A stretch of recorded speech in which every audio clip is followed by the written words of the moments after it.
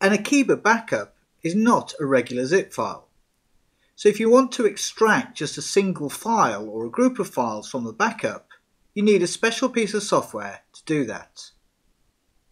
It's available free of charge at the Akiba Backup website in the download section, and it's called the Akiba Backup Extract Wizard.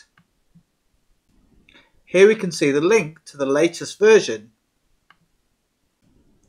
and if we scroll down we can see that there are different versions for different operating systems, because this is a program that runs on your computer.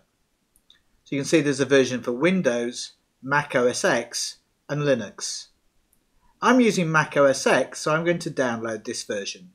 But if you were using Windows or Linux, you'd download the appropriate version.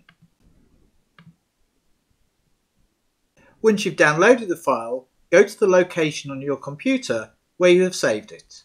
Here I can see the file, the Extract Wizard, and it's a zip file, so I'm going to double click to extract, and here now I have the application. As a Mac user, I can either run it from here or drag it and drop it into my applications folder. Windows users can save it wherever they want.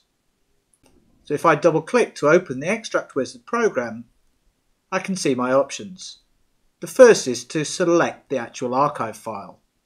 We do this by clicking on the icon and browsing to where you have saved the backup file.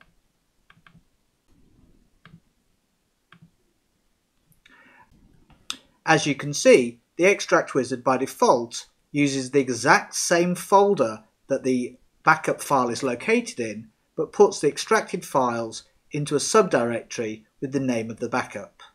And for most people that's fine. So just click Extract. The Extract Wizard is now going through the archive, extracting all the files and writing them to your computer. Once the archive has been extracted, you can press OK and quit the extraction program. We can see we now have a folder with the same name as the backup, and inside are all our files, and we can now navigate through those files and folders to find the files that we wish to recover.